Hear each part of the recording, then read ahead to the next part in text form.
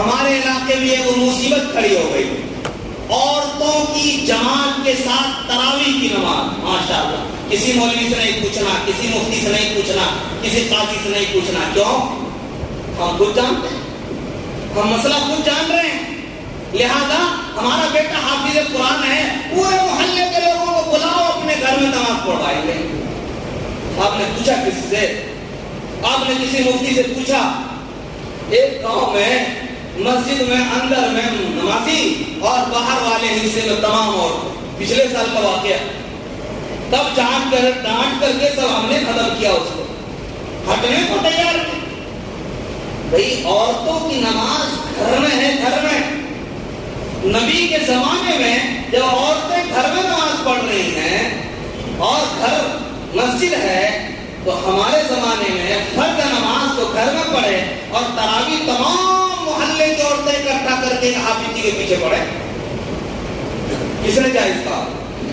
کس سے آپ نے مسئلہ پوچھا؟ کس سے آپ نے فتویٰ لی؟ یہ عجیب بیماری پیدا ہو گئی.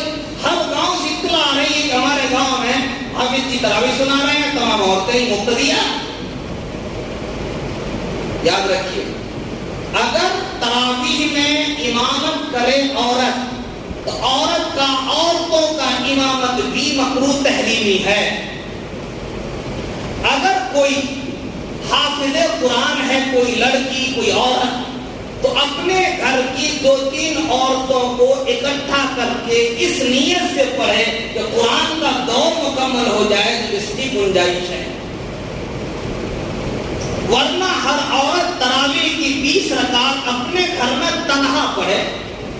اگر آپ کا بیٹا حافظ قرآن ہے اور تراویح میں قرآن سنانا چاہتا ہے تو اپنی ماں کو، بہن کو، بیٹی کو، جو محرم رشتہ دار ہیں، اس کے اپنے گھر کے اگر اس کے پیچھے رہیں تو گنجائش ہے. اگر اسی میں اس کی بھابھی آ جائے تو پھر وہاں پردہ ضروری ہے، اس لیے کہ دیور بھابھی دونوں غیر محرم ہیں.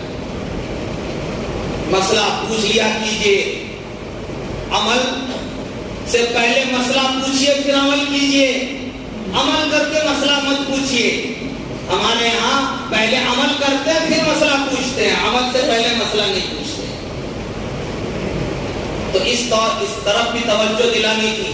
تیسری بات، فجر کی اذان ہوتی ہے، سحری کا خوب اہتمام ہمارے یہاں. ماشاءاللہ 3 بجے لوگ جگ جاتے ہیں، 3:15 بجے جگ جاتے ہیں اور سحری کھا کر آرام سے سو جاتے ہیں. فجر کون پڑھے؟ نماز فرض ہے، سحری تو مستحب ہے، سنت ہے. نہیں کھائے گا تو بھی روزہ ہو جائے گا، نہیں کھائے گا تو بھی روزہ ہو جائے گا. سحری کا اتنا اہتمام کہ جگہ اور پیٹ میں ٹھوسو، لیکن نماز فرض ہے تو چھوڑو اس کو، کوئی بات نہیں. کیا لوجک ہے یہ بھائی؟ سحری تو کھائیں گے لیکن نماز نہیں پڑھیں گے. سحری کھا کے پڑ جائیں گے، بالکل سو جائیں گے، خراٹے کے نیند لیں گے، تو ایسے سحری سے کیا فائدہ ہے؟ سحری مستحب اور سنت ہے اور فرض نماز فرض ہے فجر کی. فجر چھوڑ کر کے سحری کا اہتمام اور فجر کا اہتمام. مسجدوں میں 1 صف، آدھی صف، مشکل سے 2 صف، اور نمازیں کہاں چلے گئے؟ تراویح میں ہماری نماز ہو جاتی 5 صف 6 صف اور فجر میں مکمل غائب. اس لیے فرض کو کا اہتمام ہو، سنت پر اس قدر اہتمام، مستحب پر اس قدر اہتمام اور فرض پر کچھ بھی اہتمام نہیں. انشاءاللہ توجہ کریں گے، انشاءاللہ اس کا اہتمام